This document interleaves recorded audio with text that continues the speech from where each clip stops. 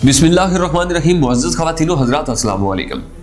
मुअज़्ज़ज़ नाज़रीन किराम, आज दुनिया में बहुत बड़ा स्कैंडल बेनकाब हुआ है, जिसके बाद पूरी दुनिया के अंदर इस वक्त हलचल मचने वाली है, क्योंकि इस दफ़ा स्कैंडल बहुत बड़ा है, जिसकी हालिया अमेरिका की जानिब से पेशगोई या इत्तला दी गई थी कि अनकरीब एशिया का एक बड़ा इस्लामिक मुल्क इसराइल को तस्लीम करने जा रहा है। नाज़रीन, आज बांग्लादेश का इसराइल के साथ बहुत बड़ा स्कैंडल बेनकाब हुआ है कि शेख हसीना वाजिद डायरेक्टली इसराइल के साथ उनकी इंटेलिजेंस मोसाद फौज उनकी हुकूमत के साथ मुसलसल राब्ते में थी, और बांग्लादेश के आर्मी चीफ जनरल अहमद अजीज़ भी इसराइल से राब्ते में थे और ये इसराइल को तस्लीम करने वाले थे। लेकिन इससे पहले ही इंटरनेशनल लेवल पर यह स्कैंडल बेनकाब हो गया। नाज़रीन, हसीना वाजिद और उनके लगाए हुए आर्मी चीफ जनरल अजीज़ अहमद क्या काम कर रहे हैं। जनरल अजीज़ अहमद के भाई हारिस मुख्तलिफ नामों से पासपोर्ट बदल कर उनके भाई की मर्जी से पूरी दुनिया के अंदर मनी लॉन्ड्रिंग और गैर कानूनी चीज़ों का काम करते हैं। और सबसे बढ़कर बात यह है कि उन्होंने इसराइल से ट्रेनिंग ली है और उसके बाद इसराइल ने उसको जासूसी के आलात फराहम किए, उनको डिवाइसेस दी हैं, और इस वक्त पूरे बांग्लादेश के अंदर इसराइल के खुफिया नेटवर्क्स काम कर रहे हैं। इसराइल के लोग यहाँ ये भेस बदल कर बांग्लादेश में काम करते हैं, और ये जो आज स्कैंडल ब्रेक हुआ है, इसमें ये सब खेल बेनकाब हो चुका है। शेख हसीना वाजिद इसराइल को तस्लीम करने वाली ही थी। यह स्कैंडल पूरी दुनिया के सामने मंजरेआम पर आ गया। नाज़रीन, हसीना वाजिद के तमाम मामलात इसराइल के साथ तय हो चुके थे, लेकिन हसीना वाजिद दुनिया के सामने यह बात कहती रही कि जब तक फ़लस्तीन का मसला हल नहीं होता हम इसराइल को तस्लीम नहीं करेंगे। उसकी सबसे बड़ी वजह यह है कि हसीना वाजिद को यह खदशा था कि अगर मैं इसराइल को तस्लीम कर लूँ तो पूरे का पूरा मुल्क मेरे खिलाफ हो जाएगा, और ये जो पाकिस्तान के अंदर मजहबी जज्बात पाए जाते हैं, इससे कई गुना ज़्यादा ख़तरनाक मजहबी जज्बात बांग्लादेश के अंदर पाए जाते हैं। हाल ही में फ्रांस ने जो गुस्ताखाना खाके शाया किए, और उस सूरत हाल में पाकिस्तान में बहुत बड़ा एहतजाज भी हुआ है, और वहाँ पर आज भी मजहबी जज्बात पाकिस्तान की निस्बत बहुत ज़्यादा पाए जाते हैं, और वहाँ एहतजाज भी पाकिस्तान से बढ़कर किया गया था।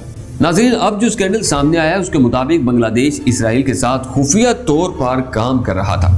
बांग्लादेश के अंदर इसराइल की खुफिया एजेंसी मोसाद के लोग काम कर रहे हैं, और उनको डिवाइसेस दी जा रही हैं जिनके ज़रिए किसी की भी कॉल ट्रेस कर सकते हैं, व्हाट्सएप को डिकोड कर सकते हैं, और किसी की भी जासूसी कर सकते हैं।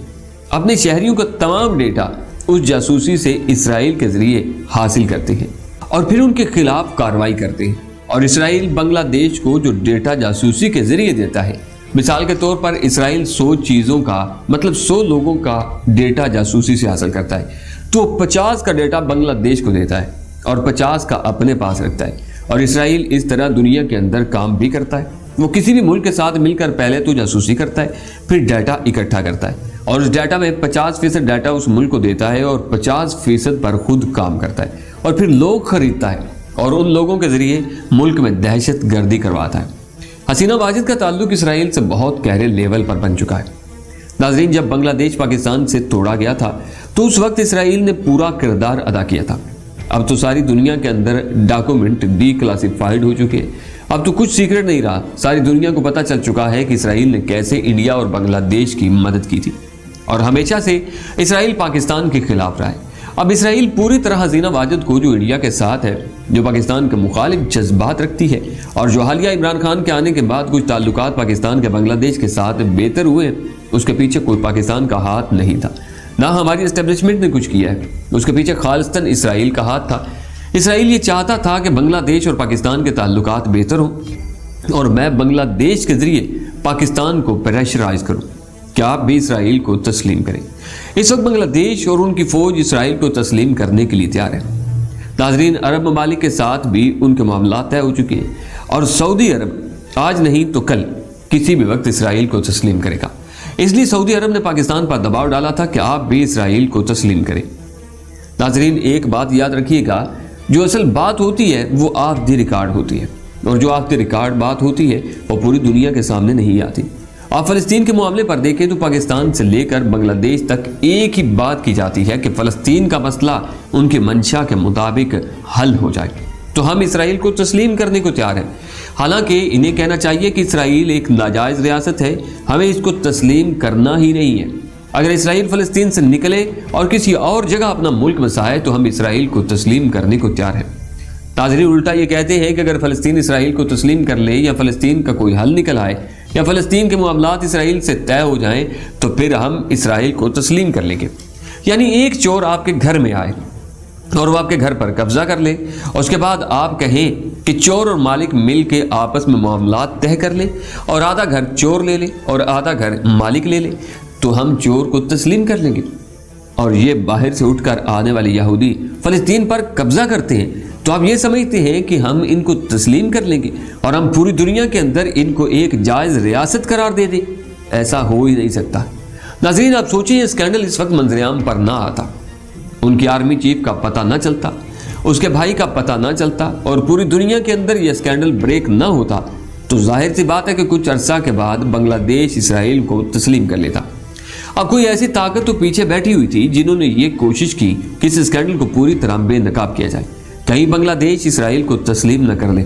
اگر یہ کام ہو جائے گا تو پاکستان پہ کئی ملکوں کی طرف سے ناظرین دباؤ پڑنا شروع ہو جائے گا اور یہودی اپنے مقصد میں 100% کامیاب ہو گئے اور فلسطینیوں کی آزادی ہمیشہ کے لیے مفقود ہو کر رہ جائے گی۔ اللہ کریم سے دعا کر سکتے ہیں کہ اللہ کریم ہمارے پاکستانیوں کو اور ہمارے جو حکمران ہیں یا ہمارے جو تمام مسلم ممالک ہیں انہیں ہدایت کاملہ نصیب کرے، کیونکہ یہودی کبھی بھی مسلمانوں کے دوست نہیں ہو سکتے، اور اگر ہم ان سے دوستیاں پالنے کی کوشش کریں گے اور ان سے اپنے جائز طریقہ کار منوانے کی کوشش کریں گے تو یہ ممکن ہی نہیں ہے کہ یہ لوگ کبھی بھی پاکستانیوں کو یا مسلمانوں کو تسلیم کر لیں یا ان کی بھلائی کے لیے کوئی کام کر لیں۔ اس لیے بہتر یہی ہے کہ ان یہودیوں کی شر سے محفوظ رہا جائے، ان سے دوستی کا ہاتھ بڑھانے کے بجائے ان سے دوری اختیار کی جائے۔ انشاءاللہ نئی ویڈیو نئی خبر کے ساتھ پھر حاضری دوں گا۔ اپنا بہت سارا خیال رکھیں۔ اللہ نگہبان۔